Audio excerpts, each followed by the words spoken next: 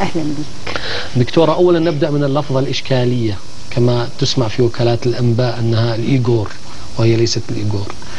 هو الحقيقة النطق الصحيح ليها أيغور. نعم. بس لأنها بتنقل عن وكالات أجنبية مكتوبة بحرف الجي فبينطقوها جا فشاعت أنها إيغور. وهي الشعب المتحد كلفظة تركية قديمة. هو معناها طبعا القديم يعني الوحدة والائتلاف، لأنهم كانوا مجموعة قبائل كثيرة واتحدت وسميت باسم نعم.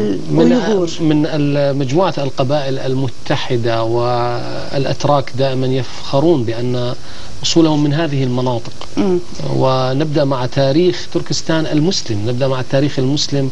وأول وصول الإسلام كان في عهد الخليفة الثالث عثمان بن عفان رضي الله عنه. والتسمية نفسها ذات دلالة، يعني اسمها تركستان أي أرض الترك، معناها تاريخيا أرض الترك، وذكرت في كل الكتب اللي كتبها الجغرافيين المسلمين باسم تركستان، ووصفت بأنها موطن الأتراك.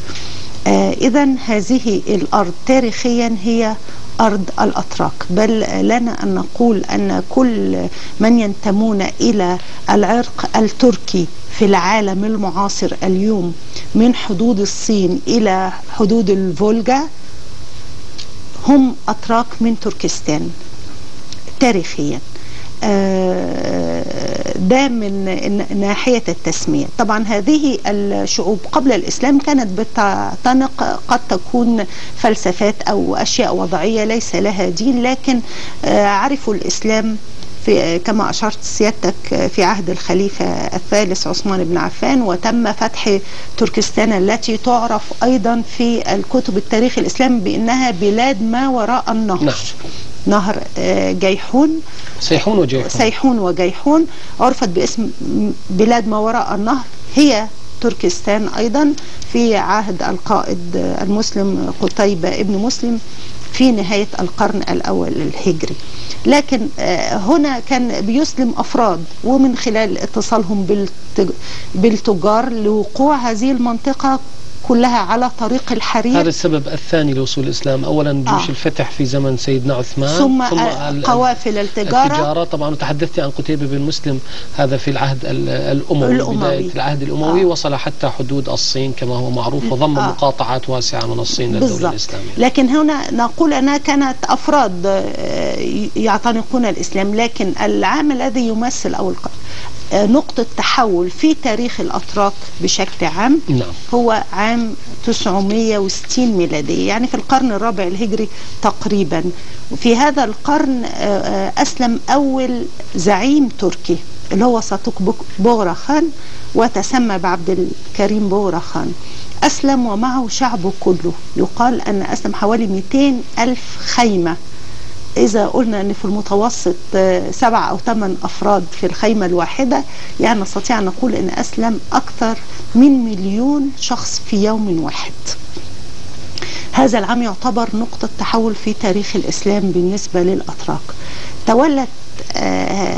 تولت هذه الأسرة القرخانية، وهي كانت ذات دولة لها تاريخ ولها مفهوم للإسلام، لأنهم كانوا يعتقدون أن الإسلام أن دولة الإسلام لابد أن تكون دولة عالمية، وهذا جزء أساسي في فكر الأتراك أن الإسلام دين عالمي، لا يصح أن يكون دين محدود بمنطقة معينة.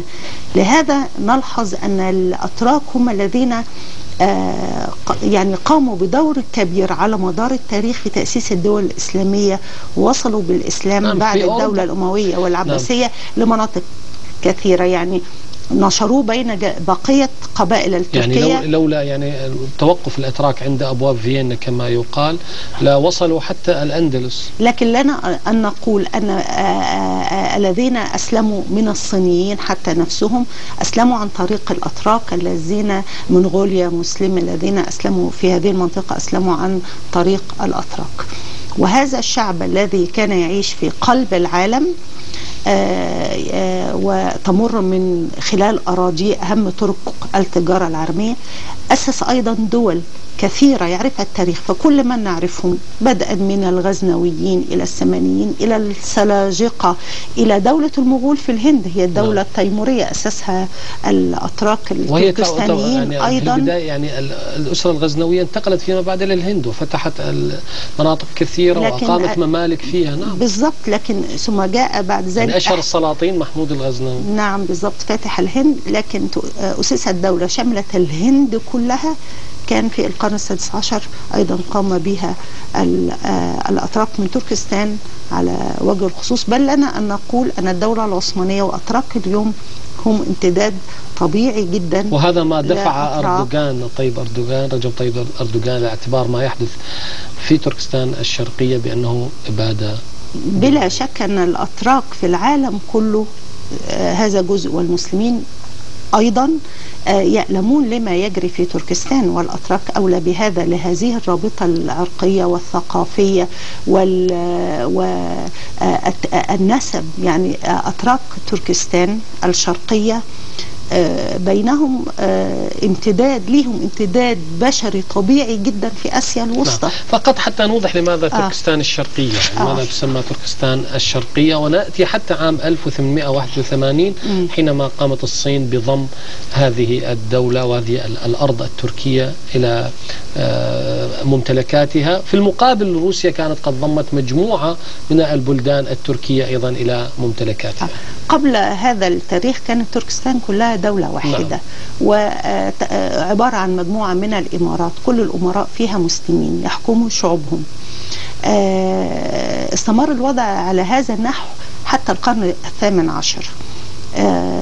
كانت كل هذه الشعوب التركية تشعر برابطة معنوية بالدولة العثمانية.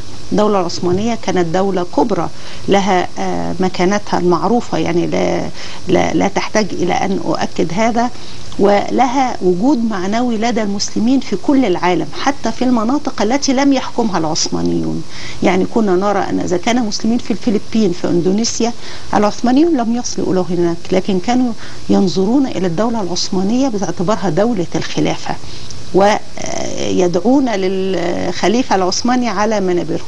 هذه المناطق كانت مشمولة معنويا بالرعاية العثمانية، لكن تصادف بقى فترة تسلل الضعف إلى الدولة العثمانية ونمو القوى الاستعمارية الأوروبية. ظهرت روسيا قوة صاعدة تسعى للتمدد، تسعى للوصول إلى المياه بلا شك، وبالتالي كانت هذه الإمارات التركية دخلت في فترة الضعف والخلافات وكذا، فالتهمت روسيا الجزء الغربي من تركستان اللي هو عرف باسم تركستان الغربية، الذي استقل بعد انهيار الاتحاد السوفيتي وظهرت ما يعرف باسم جمهوريات آسيا الوسطى المستقلة. الجزء الشرقي بدأت الصين تتأهب للاستيلاء عليه. لم يتم الحقيقة الاستيلاء على الجزء الشرقي بسهولة، لأن أولا هذه المنطقة الصين كانت لم تكن بالقوة التي تمكنها من السيطرة عليها، بل أستطرد وأقول أنه تاريخيا في العصور الأولى عندما بنت الصين سور الصين العظيم حتى تمنع كان ليحمي الصين من غزوات ترك من غزاة الشمال اللي هم في الغالب كانوا الترك، منغوليا والتركية. لكن هذا له دلالة من ناحية تانية، أن حدود الصين كانت تقف عند قبل هذا السور، وأن كل ما أضيف إليها بعض السور ليس من الأراضي الصينية. يعني هذا شاهد، أعتقد أن هذه هي الدلالة. كل ما خلف السور هي الصين القديمة، وما وراء السور هو لم يكن من بلاد الصين بأي شكل من الأشكال. ندخل في التنافس بقى الاستعماري. روسيا تتمدد وإنجلترا تسيطر على الهند في القرن ال19 وتخشى من أن تتمدد فتدعم تركستان. وفي تلك المرحلة يعني حتى في تلك المرحلة الصين غارقة في المخدرات بالضبط. فتتدخل انجلترا في ذلك الوقت، ليس حبا طبعا في تركستان، لكن هي مسألة توازنات القوى السياسية. الدولة العثمانية حاولت في هذه الفترة أن تمد يد العون قدر المستطاع لمسلمي تركستان، وأرسلوا يعني موظفين لكتابة تقارير عن حال المسلمين هناك، وكانوا ينظرون إليهم نظرة تواصل وأنهم الامتداد الطبيعي